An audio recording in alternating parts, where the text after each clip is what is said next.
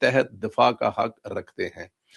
خصوصی ماہرین کی رپورٹ میں کہا گیا کہ بھارت قابل اعتبار شواہد پیش نہیں کر سکا اور حملے میں پاکستان کی ریاستی سطح پر کوئی شمولیت نہیں تھی، کہ پاکستان ریاست کے طور پر کسی جگہ میں اس حملے میں ملوث نہیں ہے۔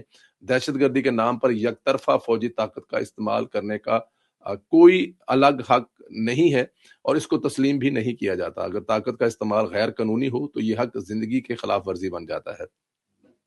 بھارت کا یہ طرز عمل بڑے تصادم کا خطرہ پیدا کر سکتا ہے۔ اگر بھارتی اقدامات مسلح سمجھا تو پاکستان کا سیلف ڈیفense کا حق بنتا تھا، کہ اگر بھارت جو ہے اس قسم کی ہوچی حرکتیں کر رہا ہے تو پھر ظاہر ہے پاکستان سیلف ڈیفense کا، اور یہ پاکستان نے جو کیا ہے یہ سیلف ڈیفenس میں کیا ہے، جو بھارت آج تک دنیا میں اپنا منہ چھپاتا پھر رہا ہے۔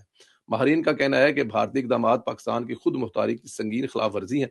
بھارتی اقدامات عدم مداخلت کے اصولوں کی سنگین ورزی کے خلاف ہیں۔ ادھر